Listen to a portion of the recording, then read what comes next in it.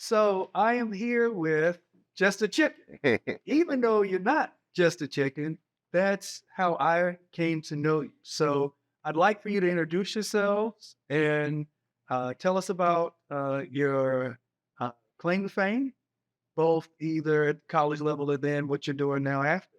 For sure. Langston Moore, one part of Just a Chicken, athletes and artists. We created this book series a few years back and been really excited to show kids how to go pro in reading, writing, and speaking and all the other skills that kind of helped us with life and football and all those things. And really excited to be here at the conference. Preston Thorne, former Gamecock player. As we stated in our books, used to play football, used to was a Rooster, and played football for the University of South Carolina. Now I currently work in the College of Education, helping students and teachers get into fulfill their education. So you're here at the South Carolina Department of Education's Family and Community Engagement Summit. Can you talk about a little bit about how you use your book, you use your platform to try to increase family and community engagement in schools? Our big thing is the word engagement, and we know that parents and communities and caretakers can increase their engagement with students by reading with them. That's one of the number one ways to produce and create engagement between you and your teacher and your kids is to read with them. And we try and go through all the different ways that you can just work around books, not just reading to them, but the exercises that you use within books to create engagement for your kids. Yeah, one of the biggest things we always talk about is like giving examples of literacy, good examples of literacy in the household. And, we were fortunate to have the genetics and the parents that had the size and all that stuff to play football. But we always say we're even more fortunate to have a bunch of different examples of folks reading in our household and reading for pleasure. And that's not always the case when we're talking about communities, because again, well, I'm guilty of it. We got screens everywhere. We got screens in the bathroom. We got screens at the gas station. We got screens in our pockets. So we always say we're trying to battle those screens and show parents different ways that they can insert and have conversations around books. And, we go through a lot of conferences and work in a lot of areas that and places that look like the places that we grew up in. So the things that we're telling the kids is things that they can pick up now and things that the parents can apply right now. And it doesn't take, whatever it was you were in school as a parent, don't let that be a hindrance for you as far as getting kids to be interested in books. Because we know when it comes to sports, there could have been no stitch of anybody in the household that could have played quarterback, but we'll figure out a way if we think little Johnny can be the next Tom Brady. He's probably not going to be the next Tom Brady, but we'll go get him a coach and we'll go get him all that. And we tell them that's the same thing. They need to apply that same energies when it comes to, trying to get our kids to engage in reading, writing, and speaking. And that's our big deal. We're not telling you what to read about, write about, or speak about. We're just telling you these are the fundamentals and we can get better at those things. So how important or impactful is it that students see you, authors of a book, to bring the book to life?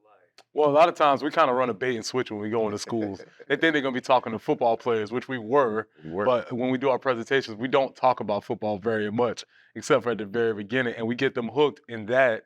And then we talk to them about reading. And my thing is always, you can read about what you love. So when I was in elementary school and middle school and high school, even now as an adult, majority of what I read is still sports related. And that's fine. But that's another way to engage with the world as opposed to watching or playing video games and things of that nature, which are also okay, but there's ways that you can engage with what you love through books and through literature. Yeah, one of the things we always say is that, there's a book out there, whatever it is you like, video games, football, sports, quarterbacks, it gets real specific. But, for a lot of us, we never go into the library and get deep into those sections. And that's a lot of times where we like to have conversations with the students and the athletes in the school is that this is the new gym for you because you got to build this muscle up in your head. A lot of us got big old heads. We got to get those brains in there as well. And so the only way we can tell if you got a sharp brain is by the books you read, how well you write, speak, how well versed you are, or how interested you are in those things. And so again, we just try to give them that tangible example. And one of the examples for me that really sticks out, really hit home for me was, when I was in high school, there was only like one guy who got a college scholarship after all these years of our high school. But that gave us the idea that, man, if this dude could do it, I mean, some of us are better than him, so we can do it. And that tangible example is the same way, whether it's us being authors or speakers and showing kids that, you can be a football dude, you can be smart, you can be all these different things, good looking, but still be well read and have an affinity for books. And so that's what we really want to push that message out to. Wonderful. So I didn't ask this at first. How did Just a Chicken come about?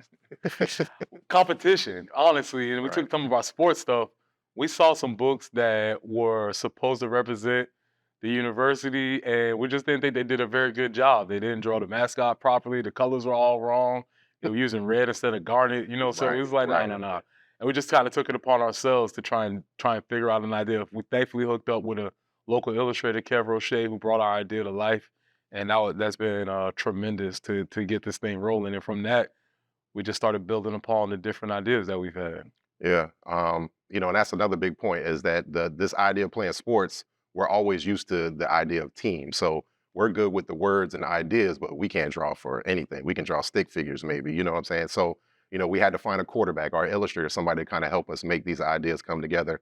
And that's another thing we talk to kids with, parents with, older kids with, get into entrepreneurship with, is that the idea of collaboration, thinking with the end in mind, all the 7 habits, all the stuff we hear in schools all the time, but giving them that tangible example of this is what it looked like at the beginning with chicken scratch, and here's the beautiful shiny book at the end. But then we also show our books that follow subsequently, and see how they get bigger, better, faster, and stronger, because we've gotten bigger, better, faster, and stronger.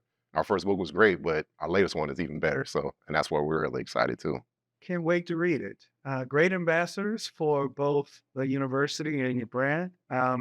Anything else that you want to leave the group with, or anyone that might see this regarding the partnership between schools and teachers and just getting families involved and engaged? Well, just like with everything, like we just mentioned, having the kids see us, we know the value of books in the school. We know we're supposed to read. It's just like we've heard this all the time. We're supposed to be working out and eating our vegetables every day.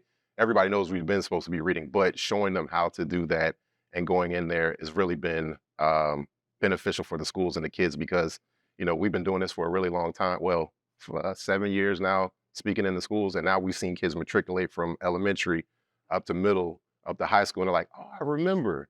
And, it's tough because I got a teenager in my household. She barely remembers what we did yesterday. So we know we're doing some type of impact. And if that's just a little thing, a little piece that galvanizes them and gets them at least interested in those things, that's a great start for us. And again, they can cultivate from that. Yeah, and I would say engagement looks different at every level. So the way you engage with your toddler is obviously not the way you engage with a middle schooler or with a high schooler.